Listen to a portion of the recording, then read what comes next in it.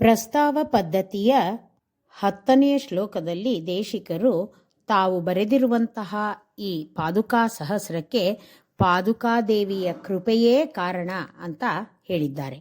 ಶ್ಲೋಕ ನೋಡೋಣ. ಶ್ರುತ ಪ್ರಜ್ಞಾ ಸಂಪನ್ಮಹಿತ ಮಹಿಮಾನ ಕತಿ ಕತಿ ಸ್ತುವಂತಿ ತ್ವಾಂ ಸಂತ ಶ್ರುತಿ ಕುಹರ ಕಂಡೂಹರ ಗಿರಹ ಅಹಂ ತಲ್ಪತ್ ತದ್ವದ್ ಯದಿಹ ಬಹು ಜಲ್ಪಾಮಿ ತದಪಿ ತ್ವದಾ ಯತ್ತಂ ರಂಗಕ್ಷಿತಿರಮಣ ಪಾದಾವನಿ ವಿದುಃ. ಶ್ರುತ ಪ್ರಜ್ಞಾ ಸಂಪನ್ಮಹಿತ ಮಹಿಮಾನಃ.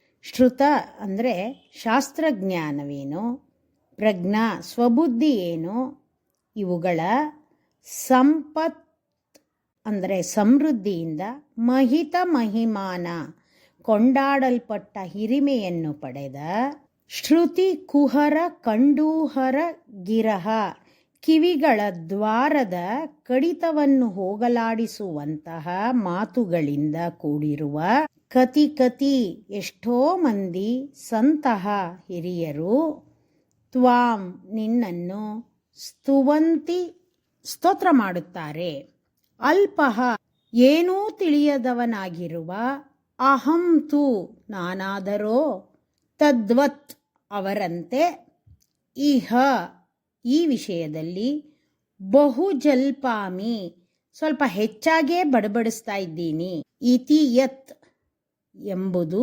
ಯಾವುದುಂಟೋ, ತದಪಿ ಅದನ್ನೂ ಕೂಡ, ತ್ವದಾ ಯತ್ತಂ ನಿನ್ನ ಅಧೀನವಾಗಿ ಇರುವುದೆಂದು, ವಿದುಹು ಹೇಳುತ್ತಾರೆ ಅಥವಾ ಅರಿಯುತ್ತಾರೆ ಅಂತ. ಇಲ್ಲಿ ಪಾದುಕೆಗಳನ್ನು ಕುರಿತು ಹೇಳ್ತಾ ಇದ್ದಾರೆ. ಹೇ ರಂಗನಾಥನ ಪಾದುಕೆಯೇ, ಶಾಸ್ತ್ರಗಳನ್ನ ತಿಳ್ಕೊಂಡು ಶಾಸ್ತ್ರಜ್ಞಾನ ಇರೋರು, ಸ್ವಂತ ಬುದ್ಧಿ ಇರೋರು ಅಂದ್ರೆ ಬುದ್ಧಿ ಹೆಚ್ಚಾಗಿರುವಂತಹವರು, ಕೇಳುಗರಿಗೆ ಹೆಚ್ಚು ರುಚಿಸುವ ಹಾಗೆ ಮಾತನಾಡೋದಕ್ಕೆ ಗೊತ್ತಿರುವವರು, ಎಷ್ಟೋ ಹಿರಿಯರು ನಿನ್ನನ್ನು ಸ್ತೋತ್ರ ಮಾಡಿದ್ದಾರೆ ಅಂತ ಹೇಳ್ತಾರೆ. ಎಷ್ಟೋ ಮಂದಿ ಹಿರಿಯರು ಅಂತ, ಕತಿ ಕತಿ ಎಷ್ಟೋ ಮಂದಿ ಹಿರಿಯರು ನಿನ್ನನ್ನು ಸ್ತೋತ್ರ ಮಾಡಿದ್ದಾರೆ ಅಂತ. ಒಬ್ರು ಇಬ್ರಲ್ಲ, ಎಷ್ಟೊಂದು ಜನ ನಿನ್ನನ್ನು ಸ್ತೋತ್ರ ಮಾಡಿದ್ದಾರೆ. ಅದೆಲ್ಲ ಕೇಳೋರಿಗೆ ರುಚಿಸುತ್ತೆ. ಆ ರೀತಿಯಾದ ಪದಗಳಿಂದ, ಅವರ ಸಾಮರ್ಥ್ಯದಿಂದ ಅಷ್ಟು ಚೆನ್ನಾಗಿ ಸ್ತೋತ್ರ ಮಾಡಿದ್ದಾರೆ. ಅಂತಹ ಅವರುಗಳು ಸ್ತೋತ್ರ ಮಾಡೋದಕ್ಕೂ ನಿನ್ನ ದಯೆಯೇ ಕಾರಣ.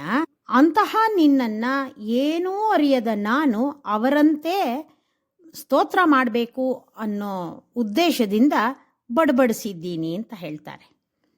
ಬಡಬಡಿಸುವುದು ಅಂತ ಹೇಳ್ಕೊತಾರೆ, ಸ್ತೋತ್ರ ಮಾಡಿದ್ದೀನಿ ಅಂತ ಹೇಳ್ಕೊಳ್ಳಲ್ಲ.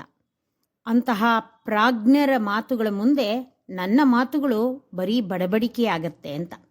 ಆ ನನ್ನ ಬಡಬಡಿಸುವುದೂ ಕೂಡ ನಿನ್ನ ಅಧೀನವೇ ಅಂತ ಹಿರಿಯರು ಹೇಳ್ತಾರೆ ಅಂತ ದೇಶಿಕರು ಹೇಳ್ತಾ ಇದ್ದಾರೆ. ಎಲ್ಲ ತಿಳಿದವರು ಸ್ತೋತ್ರ ಮಾಡೋದು ನಿನ್ನ ಅಧೀನವೇ, ಏನೂ ತಿಳಿಯದ ನಾನು ಬಡಬಡಿಸುವುದೂ ನಿನ್ನ ಅಧೀನವೇ ಅಂತ ಹೇಳಿ ಎಲ್ಲವೂ ಪಾದುಕಾದೇವಿಯ ಅಧೀನ ಅಂತ ಹೇಳ್ತಾ ಇದ್ದಾರೆ ದೇಶಿಕರು. ಶ್ರೀಮತೆ ನಿಗಮಾಂತ ಮಹಾದೇಶಿಕಾಯ ನಮಃ.